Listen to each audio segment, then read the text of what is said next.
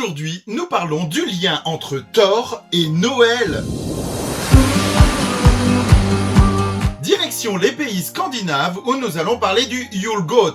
Avant la création du Père Noël, dans ces régions du monde, il y avait un bouc. Vous avez été nombreux à me demander plus d'informations suite au bouc de Gavel qui n'en est que la représentation. Notre bouc, c'est tout simplement un héritage du dieu Thor, une représentation de ces animaux forts et intelligents qui tiraient son char pour partir à la bataille. Il était là avant le Père Noël.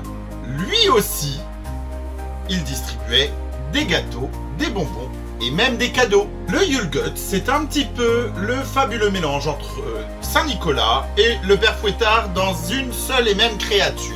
Il est à la fois juste, mais à la fois sévère avec les enfants qui ont besoin d'un petit rappel quant à ce qu'est l'esprit de Noël. Aujourd'hui, comme vous l'avez vu dans les vidéos précédentes, il s'agit d'une grande sculpture représentative en paille. D'ailleurs, il est en place et il n'a toujours pas été brûlé. C'est fou de se dire qu'il y a un lien entre Thor et Noël. Il y a ces boucs. T'imagines descendre par la cheminée le bouc avec un gros sac plein de cadeaux? Je suis pas sûr que ça se passait comme ça. Je vous souhaite une bonne journée les explorateurs. À demain pour une nouvelle tradition.